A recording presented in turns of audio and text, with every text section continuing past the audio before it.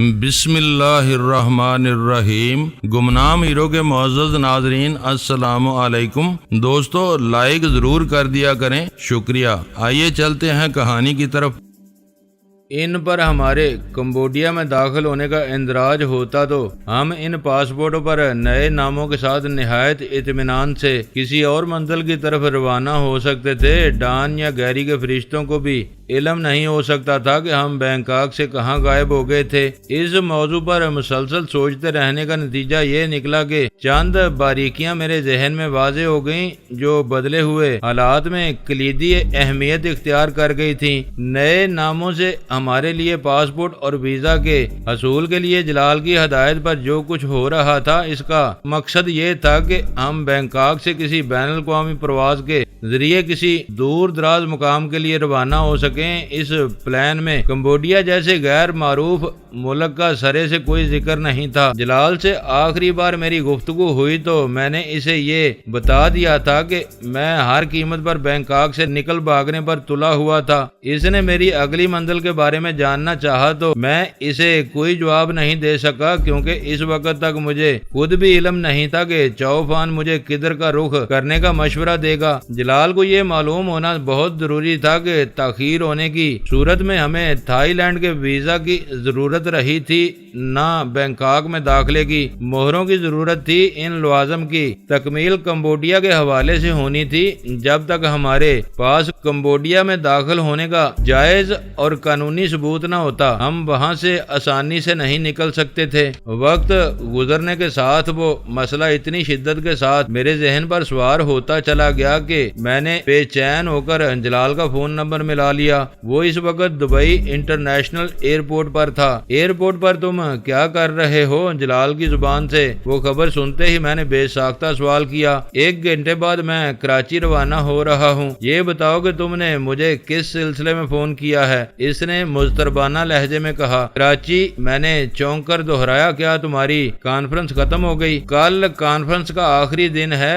میں اپنے معاون کو یہاں چھوڑ کر واپس جا رہا ہوں۔ میرے لیے تم چاروں کا معاملہ زیادہ اہم ہے۔ اس میں گڑبڑ ہوئی تو ہمیں پچھتانے کا موقع بھی نہیں ملے گا۔ اس کی آواز سے بے چینی متراشا ہو رہی تھی۔ میں تمہارا ممنون ہوں، میں نے تشکر امیز لہجے میں کہا۔ تم نے معاملات کا صحیح اندازہ لگایا ہے۔ یہاں کے حالات پل پل رنگ بدل رہے ہیں۔ ہم دونوں اپنے پاسپورٹوں سے محروم ہو چکے ہیں۔ ہم کسی نہ کسی طرح کل رات یہاں سے نکل جائیں گے۔ اس نے اضطراری انداز میں میری بات کاٹ دی۔ کسی طرح 2 دن اور گزار لو، میں تم لوگوں کے مکمل پاسپورٹ وغیرہ لے کر خود بینکاک آؤں گا۔ اس کے بعد میں تمہیں ایک پل بھی نہیں روکوں گا۔ میں نے اندازہ لگا لیا ہے کہ تم بہت بری طرح پھنسے ہوئے ہو۔ عجلت میں تمہارے ساتھ کوئی اونچ نیچ ہو گئی تو میں عمر بھر خود کو معاف نہیں کر سکوں گا۔ کچھ نہیں ہوگا، میں نے مضبوط لہجے میں جواب دیا۔ میں نے نپا تلا خطرہ مول لینے کا فیصلہ کیا ہے۔ اس میں کامیابی کا 90% سے زیادہ امکان ہے۔ کوئی گڑبڑ ہوتی ہے تو وہ ہمارے مقدر کی خرابی کے سبب ہوگی۔ مقدر کو ٹالنا میرے اور تمہارے بس سے باہر ہے۔ اب تک تم نے یہ تو طے کر لیا ہوگا کہ تمہیں کہاں جانا ہے۔ کمبوڈیا۔ ہم رشوت دے کر زمینی راستے سے وہاں پہنچیں گے۔ میں نے اسے بتایا۔ اب بینکاک اور تھائی لینڈ کی کوئی اہمیت نہیں رہی۔ ہمارے پاسپورٹوں کے مندرجات کچھ ایسے ہونے چاہیے کہ ہم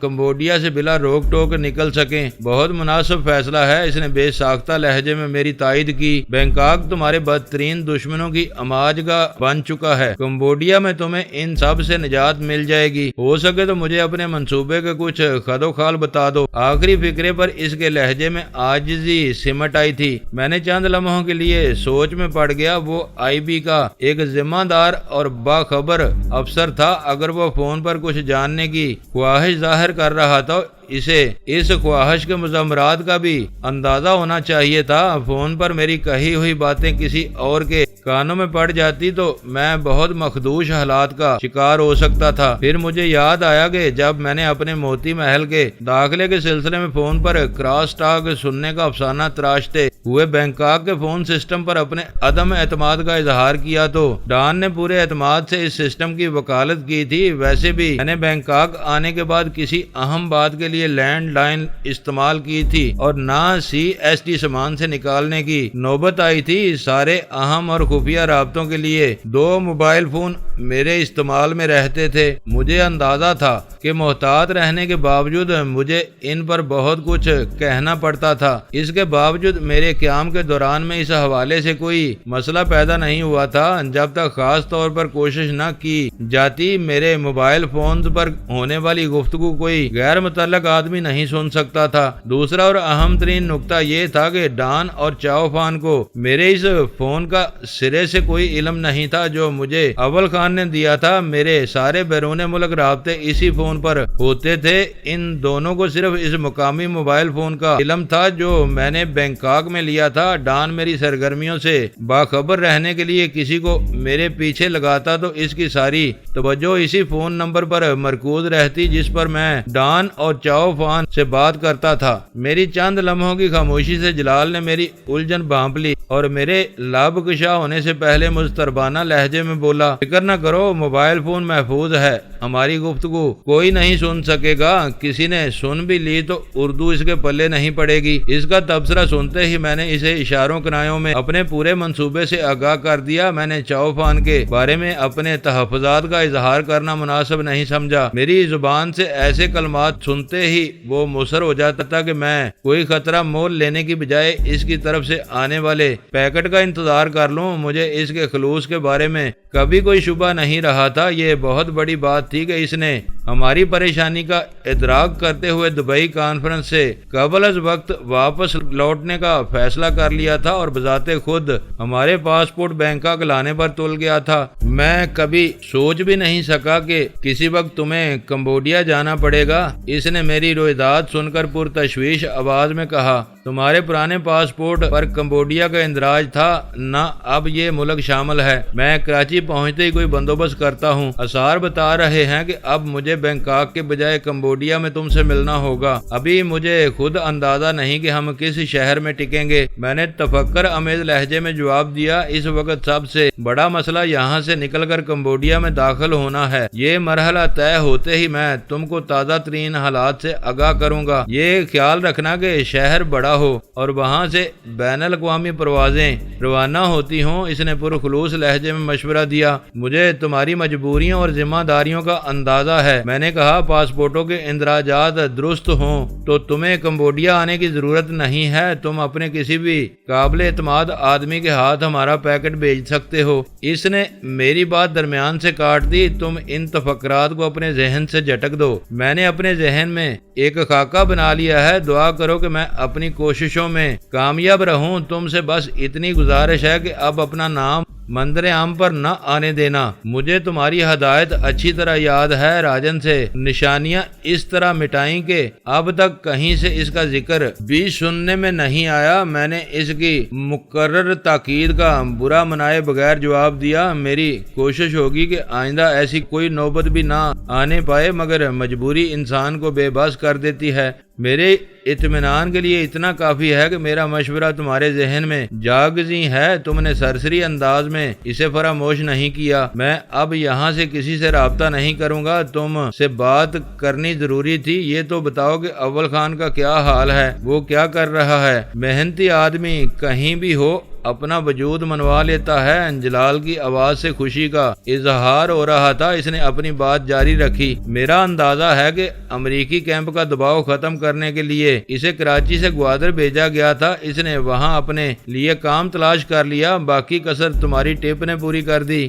میری تازہ ترین اطلاعات کے مطابق اس نے 3 آدمی دھر لیے ہیں، ان میں ایک مقامی اور 2 بھارتی ہیں۔ کیا یہ غیر معمولی پیش رفت نہیں ہے؟ میں نے اس کی گفتگو میں وقفہ آتے ہی تحیر زدہ لہجے میں سوال کیا۔ یہ اس کی انتہائی غیر معمولی کامیابی ہے۔ اس سے زیادہ حیران کن حقیقت یہ ہے کہ زندہ بچنے والے بھارتی نے بہت تیزی سے سب کچھ اگل دیا ہے۔ یہ کیسے ہوا؟ کیا ان میں سے کوئی مارا بھی گیا ہے؟ میری حیرت میں لمحہ بے لمحہ اضافہ ہوتا جا رہا تھا۔ تینوں کچھ مزاحمت کے بعد زندہ پکڑے گئے تھے۔ تمہارا اول خان ملک کے دشمنوں کے لیے بہت شفاق آدمی ہے۔ روٹین کی باز پرس میں ناکامی کے بعد اس نے 2 کے سامنے ایک بھارتی ایجنٹ کو گندھک کے تیزاب سے نہلا دیا۔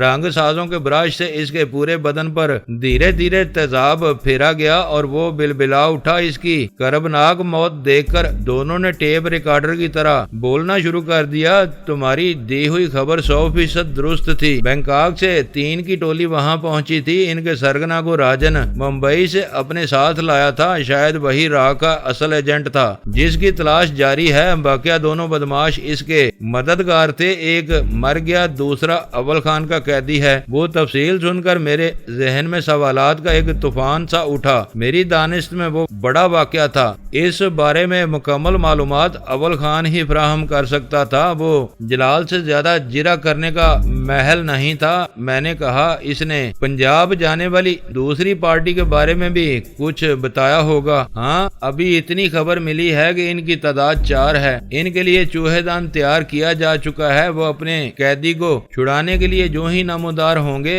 باری سادہ پوش نفری انہیں گھیر لے گی۔ مجھے خوشی ہو رہی ہے کہ میں نے یہاں بیٹھ کر اپنا وقت برباد نہیں کیا، اپنے ملک کے لیے کچھ نہ کچھ کرتا رہا ہوں۔ کاش میں جلد از جلد وہاں آ سکوں۔ جلال کی طرف سے فوری طور پر کوئی جواب نہیں آیا۔ میرے بے ساختہ کلمات سے شاید اسے ذہنی جھٹکا لگا تھا۔ لمحہ بھر کے نہایت واضح سکوت کے بعد اس کی ٹھہری ہوئی اور دھیمی آواز ابھری، فکر نہ کرو، میں کوشش میں لگا ہوا ہوں کہ تم کو جلا وطن شہزادہ نہ بننا پڑے۔ تم جلد از جلد ہمارے درمیان لوٹ آؤ۔ تم کو اندازہ نہیں ہے کہ میرے اور بہت سے درد مند پاکستانیوں کے دلوں میں تمہارے لیے کتنی عزت ہے۔ ایک فرد کی حیثیت سے تم نے نمایاں کارنامے انجام دیے ہیں۔ تم کچھ بھی نہ کرتے تو ہم راجن کے خاتمے پر ہمیشہ تمہارے احسان مند رہتے۔ تم نے راہ کے بڑے بڑے ستون گرائے ہیں، ان کا ایک زخم بھرنے نہیں پاتا کہ تم انہیں دوسرا گاؤ لگا دیتے ہو۔ یہ ہماری خوش فہمیاں ہیں۔ دہلی میں نریش شرما اور انیل بسواس مارے گئے تھے تو ہمارا خیال تھا کہ اب راہ کی کمر ٹوٹ جائے گی، پاکستان کے خلاف ان کی کاروائیاں ایک لمبے عرصے کے لیے ماند پڑ جائیں گی، لیکن وہ آج بھی اسی طرح سرگرم عمل ہیں۔ میں نے ہلکی سی تلخی سے کہا، دراصل فرد اور ادارے میں یہی فرق ہوتا ہے۔ فرد ختم ہوتا ہے تو اس کا بنایا ہوا پورا شیش محل اچانک ختم ہو جاتا ہے۔ اداروں میں افراد کے آنے جانے سے کوئی فرق نہیں پڑتا۔ انیل دہلی سے ڈوریاں ہلا رہا تھا، ساگر نے بینکاک میں راجن کا سہارا لے لیا۔ پاکستان کے خلاف ان کی سازشیں اور سرگرمیاں آج بھی جاری ہیں۔ ان کی نوعیت دوسری ہے۔ جو نیٹ ورک تم نے توڑا تھا، اس کا متبادل اب تک تیار نہیں کیا جا سکا۔ میں تمہیں بتا چکا ہوں کہ میرے پاس راجن کے بارے میں حساس اور خفیہ معلومات موجود تھیں جو میں تم کو بھی نہیں دے سکتا تھا۔ راجن ایک الگ اور بڑا مسئلہ تھا۔ وہ خود گیا گوادر میں اس کے بھیجے ہوئے لوٹنے کا موقع ملا۔ یہ میرا وعدہ ہے کہ ہم بینکاک میں رکتے ہوئے جائیں گے تاکہ تم دل کھول کر اپنی خریداری کر سکو۔ آنے والا وقت کس نے دیکھا ہے؟ میرے دل میں ایک بات آئی اور میں نے آپ سے کہہ دی۔ یہاں اور کون ہے جسے دل کی بات کی جائے؟ اس نے ایک ادا سے اپنا سر جھٹک کے کہا، ایک دوسرے سے کچھ کہہ سن لیا جائے تو دل کا بوجھ ہلکا ہو جاتا ہے۔ فکر نہ کرو، چند گھنٹوں کی بات ہے، پھر تمہارے چہیتے تم سے آ ملیں گے۔ ویرا کی بات عادتوں کو ناپسند کرنے کے باوجود اس سے تمہاری گاڑی چھنتی ہے۔ سیام پارک میں ہونے والی پہلی ملاقات میں تم اس کے ساتھ الگ بیٹھ کر یوں راز و نیاز کر رہی تھی جیسے وہ تمہاری اکلوتی سہیلی ہو۔ اوہ، آپ نے یہ بھی نوٹ کر لیا؟ اس نے بے ساختہ ایک گہرا سانس لے کر کہا، عورتوں کی بعض باتیں ایسی ہوتی ہیں کہ جو آپس میں کی جاتی ہیں۔ میں آپ کے خلاف کوئی سازش نہیں کر رہی تھی۔ اس کے لہجے کی شوخی نے وہ بات وہیں ختم کر دی، مگر میں نے دل ہی دل میں طے کر لیا تھا کہ پہلی فرصت میسر آنے پر اس کی خریداری کی خواہش کو پورا کرنے کا موقع ضرور دوں گا۔ 4 بجے چوفان کی کال آ گئی۔ اس کی آواز اور لب و لہجے سے ظاہر ہو رہا تھا کہ وہ بہت بری طرح الجھا ہوا اور بدحواس ہو رہا تھا۔ اس نے مجھے یہ یاد دہانی کرانے کے لیے فون کیا تھا کہ وہ ہمیں اپنے ساتھ لے جانے کے لیے ٹھیک 6:30 بجے ہوٹل پہنچ جائے گا۔ اس نے زیادہ بات کی نہ میں نے چھیڑ چھاڑ کی کوئی کوشش کی۔ میری رضامندی پاتے ہی اس نے فون بند کر دیا۔ ہوٹل کا حساب کچھ اس طرح چل رہا تھا کہ ہر وقت ہمارا ایک دن کا کرایہ وغیرہ پیشگی جمع رہتا تھا۔ ہم کسی اطلاع کے بغیر رخصت ہو جاتے تو ہوٹل والوں کو کم از کم واجبات کی حد تک کوئی شکوہ نہ ہوتا۔ میں نے پیشگی جمع کرائی ہوئی آخری رسید کا جائزہ لے کر اسے طلب کر دیا۔ غزالہ نے پورے کمرے کی تلاشی لینی شروع کر دی تھی۔ اسے مصروف چھوڑ کر میں غسل خانے میں گھس گیا تاکہ بینکاک میں آخری پرتعیش غسل سے لطف اندوز ہو سکوں۔ 6 بجے ہم دونوں پوری طرح تیار ہو چکے تھے۔ ویرا کی طرح غزالہ بھی میک اپ کی عادی نہیں تھی۔ ڈان کی تقریب میں شرکت کے لیے اس نے سیاہ داریوں والا سوٹ زیب تن کیا تھا جس میں اس کا نکھرا نکھرا سراپا بہت زیادہ دلکش لگ رہا تھا۔ میں نے ناقدانہ نظروں سے اس کا بھرپور جائزہ لیا لیکن کوئی نقطہ تلاش نہیں کر سکا جس کے سہارے غزالہ کی شخصیت کو دبایا جا سکے۔ وہ شرابیوں اور زان پرستوں کا جشن تھا جہاں ذہنی کاج ربی کو مہمیز دینے کے سارے اسباب جمع کیے جانے تھے۔ مجھے فکر تھی کہ غزالہ وہاں آنے والوں کی بد نگاہی سے محفوظ رہ سکے۔ ڈان کے مہمانوں میں سے کوئی بھی اس کے ساتھ بے تکلف ہونے کی کوشش کرتا تو میرے لیے اپنی کھوپڑی پر قابو پانا دشوار ہو جاتا اور فرار کا منصوبہ پسے پشت چلا جاتا۔ غزالہ میری تیز نگاہوں کا مدعا بانپ کر مسکراتے ہوئے بولی، مجھے یوں گور گور کر نہ دیکھیں، میں نے دانستہ یہ سیاہ داریوں والا لباس پہنا ہے۔ رنگ اور ڈیزائن کے لحاظ سے یہی سب سے ہلکا تھا، میں وہاں خود کو سنبھال لوں گی، بس آپ اپنے غصے پر قابو رکھیے گا۔ غزالہ نے ہمارا ضروری اسباب ایک تھیلے میں سمیٹ لیا تھا جو شولڈر بیگ کی صورت میں آسانی سے اس کے شانے کی زینت بن سکتا تھا۔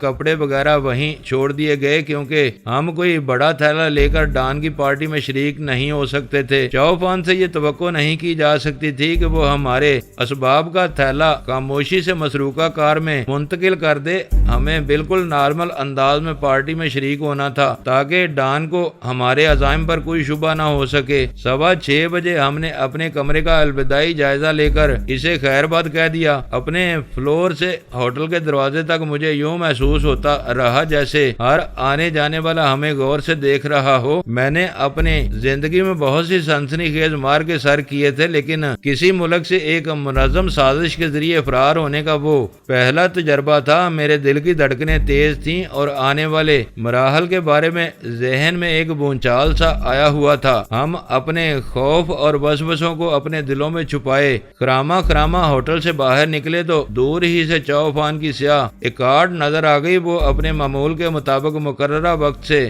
چند منٹ پہلے ہی آ پہنچا تھا۔ ہمارے کار تک پہنچنے سے چند لمحے پہلے اس نے نیچے اتر کر غزالہ کے لیے ادب سے پچھلی نشست کا دروازہ کھول کر مجھے حیران کر دیا۔ وہ ان لوگوں میں سے تھا جو اپنی یا پرائی کسی بھی عورت کی عزت نہیں کرتے، صنف نازک کو ہر حال میں ایک پرتعیش کھلونا تصور کرتے ہیں۔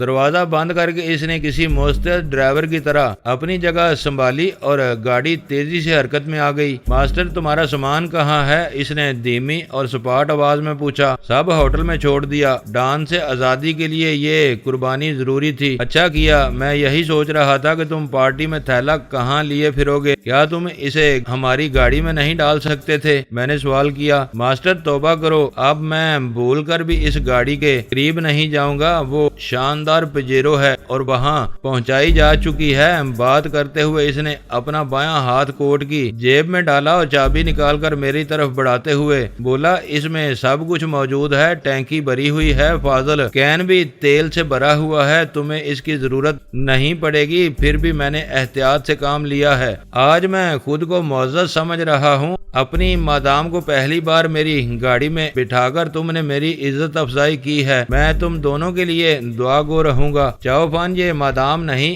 میری بیوی ہے، میں نے نرمی سے کہا۔ ماسٹر تمہیں عورت کہنے پر اعتراض تھا، مادام تو عزت کا لفظ ہے، کیا تم اسے بھی برا سمجھتے ہو؟ اس نے معصومانہ حیرت سے سوال کیا۔ یقیناً عزت کا لفظ ہے لیکن تم نے اسے لی کے لیے استعمال کر کے مشکوک بنا دیا ہے۔ وہ بے ڈنگے پن سے ہنسنے لگا اور پیچھے مڑے بغیر بولا، صدف تمہارا شوہر بہت دلچسپ اور دلیر آدمی ہے، ہر وقت حاضر دماغ رہتا ہے۔ جیرو میں گاڑی کے کاغذات موجود ہیں؟ میں نے غزالہ کے کچھ بولنے سے پہلے بات کا رخ یکایک تبدیل کر دیا۔ رنگ اور نمبر پلیٹ بدلی ہوئی ہے، اس کے مطابق کاغذات کی جعلی فوٹو کاپیاں بھی رکھ دی ہیں۔ مجھے توقع ہے کہ تم کو ان کی ضرورت پیش نہیں آئے گی۔ تھائی پولیس قیمتی اور نئی گاڑیوں کو کہیں نہیں روکتی۔ میں نے یہی سوچ کر نئی پجیرو کا بندوبست کیا ہے۔ گاڑی کی ساجدج کمزور ہوتی تو راستے میں تم کہیں بھی مشکل میں پڑ سکتے تھے۔ مجھے اس کی زبان سے یہ جان کر خوشی ہوئی کہ تھائی پولیس کی ذہنی سطح ہماری پولیس سے بلند نہیں تھی۔ جاہ و حشمت اور ثروت و امارت سے وہ بھی فی الفور معروب ہو جانے کے عادی تھے۔ خوش پوش مجرم واردات کا ارتکاب کر کے بیش قیمت گاڑی میں آسانی سے فرار ہو سکتے تھے۔ خستہ حال گاڑیوں میں سفر کرنے والے بلا تکلف کہیں بھی روکے جا سکتے تھے اور ضرورت پیش آنے پر مشتبہ قرار دے کر بند کیے جا سکتے تھے۔ وہ ضمنی خوشی تھی۔ اہم تر بات یہ تھی کہ چوفان نے ہمارے فرار کے منصوبے پر خاصی باریکی کے ساتھ کام کیا تھا۔ پجیرو کا بندوبست دیکھ کے ایک چاول کی طرح اس کی نیک نیتی کی گمازی کر رہا تھا۔ میں نے سارے منفی خیالات اسی لمحے اپنے ذہن سے جھٹک دیے۔ چوفان کے بارے میں اندیشے دور ہوتے ہی مجھے تقویت اور توانائی کا احساس ہونے لگا۔ چوفان، میں تمہارا ممنون ہوں، میں نے پرخلوص لہجے میں کہا۔ میں زندگی بھر تمہارے اس تعاون کو فراموش نہیں کر سکوں گا۔ ماسٹر، مجھے شرمندہ نہ کرو۔ تمہارے بھاگ جانے میں تمہارے ساتھ میرا بھی فائدہ ہے۔ تم نے مجھے یہ رخ نہ سمجھایا ہوتا تو میں مر کر بھی ڈان کی مرضی کے خلاف کوئی قدم نہ اٹھاتا۔ آخری سفر میں صاف گوئی سے کام لے کر اس نے مجھ سے زیادہ غزالہ کو حیران کر دیا۔ اس کے باوجود تم ہمارے محسن ہو۔ غزالہ بولی، تمہارے تعاون کے بغیر ہم یہاں سے نکلنے کے بارے میں سوچ بھی نہیں سکتے تھے۔ اب بھی یہ مرحلہ آسان نہیں ہے، چوفان متانت سے بولا۔ گاڑی میں اس علاقے کا ایک بڑا نقشہ رکھا ہوا ہے۔ میں نے سرخ قلم سے تمہارے راستے کی نشاندہی کر دی ہے۔ بینکاک سے نکلنے کے بعد راستہ کچا پکا اور خراب ہے۔ تم بھٹک گئے تو پھر اللہ ہی تمہارا محافظ ہوگا۔ تم نے اپنی سی ہر کوشش کر لی ہے، اب کوئی گڑبڑ ہوتی ہے تو وہ ہمارا مقدر ہوگا۔ میں نے ایک گہری سانس لے کر کہا، بینکاک سے نکلنے کے بعد تم قدم قدم پر یاد آتے رہو گے۔ تمہارا سفر درست سمت میں جاری رہا تو تم سورج نکلنے سے پہلے کمبوڈیا میں سیسو پھون کے سرحدی قصبے میں داخل ہو جاؤ گے۔ وہ پرخیال آواز میں بولا، وہاں تمہاری کمی بری طرح محسوس ہوگی۔ میں نے سوچے سمجھے انداز میں گفتگو کا رخ بدلا۔ کمبوڈیا کی زبان سے ناواقفیت ہمارے لیے عذاب بن سکتی ہے۔ وہ پسماندہ ملک ہے، غربت اور جہالت عام ہے۔ وہاں نوم پنہا سے باہر انگریزی جاننے والے بہت کم ملیں گے۔ کوئی بھی مشکل درپیش ہو تو بے دریغ ڈالر یا مقامی کرنسی استعمال کرنا۔ غربت کی وجہ سے لوگ خاصے لالچی ہیں۔ چوفان نے اپنے تجربات کا نچوڑ بتایا۔ تم وہاں آتے جاتے رہتے ہو، کیا یہ ممکن نہیں کہ ہمیں کسی کارآمد آدمی کا پتہ وغیرہ دے دو؟ ہم اس کو منہ مانگا معاوضہ دیں گے۔ ماسٹر، کیا کہہ رہے ہو؟ وہ خوفزدہ آواز میں بولا۔ یہ بات زیادہ دیر تک چھپی نہیں رہ سکے گی کہ میں نے 2 غیر ملکیوں کو وہاں کسی کے پاس بھیجا تھا۔ میں ڈرتے ڈرتے ڈان کے اعتماد کو دھوکہ دے رہا ہوں، لیکن اس کے غیظ و غضب کا سامنا نہیں کر سکتا۔ اس علاقے میں میرے دسیوں شناسا ہیں، مگر میں تم کو کسی کے پاس نہیں بھیج سکتا۔ تم نہ بھیجو، مجھے صرف نام، پتہ اور فون نمبر دے دو۔ میں نے لجاجت سے کہا، میں تمہارا نام لیے بغیر اس سے رابطہ کروں گا۔ اسے رقم ملے گی تو وہ زیادہ پوچھ گچھ نہیں کرے گا۔ ماسٹر، تم کیوں اس طرح بات کر رہے ہو؟ میں زمین میں گڑا جا رہا ہوں۔ اس وقت تم زمین پر نہیں، اپنی کار میں ہو۔ تم نے اتنا بڑا خطرہ مول لیا ہے تو تھوڑی سی ہمت اور کر ڈالو۔ یقین رکھو کہ تمہارا نام درمیان میں نہیں آئے گا۔ یہ نہیں ہو سکتا، اس نے اٹل لہجے میں کہا۔ تم ان علاقوں کے رواج سے ناواقف ہو۔ وہاں حوالے کے بغیر کوئی تمہاری مدد نہیں کرے گا۔ جو بھی ملے گا سب سے پہلے یہ جاننا چاہے گا کہ تمہیں کس نے اس کے پاس بھیجا ہے۔ نام شناسا سا ہوا تو وہ تمہارا خادم ثابت ہوگا، ورنہ وہ رکھائی سے تمہاری ساری جمع پونجی لوٹنے کا منصوبہ بنانے میں مصروف ہو جائے گا۔ یہ اور بھی آسان ہے۔ میرے ذہن میں بہرمحل ایک تجویز آ گئی۔ تم اپنے کسی حریف کا نام بتا دو جو اس علاقے میں پہچانا جاتا ہو۔ بات کھلے گی تو تمہارے بجائے وہ ڈان کے عتاب میں آ جائے گا۔ تم کو اپنے ایک دشمن سے نجات مل جائے گی۔ ماسٹر، تم نے نہایت اعلیٰ درجے کا حرام مغز پایا ہے، اس نے بے ساختہ کہا اور میں بونچ کا رہ گیا۔ میرے حرام مغز کا کیا ذکر نکل آیا؟ میں نے حیرت سے پوچھا۔ میں نے لڑکپن میں اپنے گاؤں گاؤں کے حکیم سے سنا تھا کہ انسان کی ریڑھ کی ہڈی میں چھپا ہوا حرام مغز ساری ذہنی صلاحیتوں کو کنٹرول کرتا ہے۔ تم اتنی پھرتی سے ہر مشکل کا حل پیش کر دیتے ہو کہ مجھے تمہارے حرام مغز پر رشک آنے لگتا ہے۔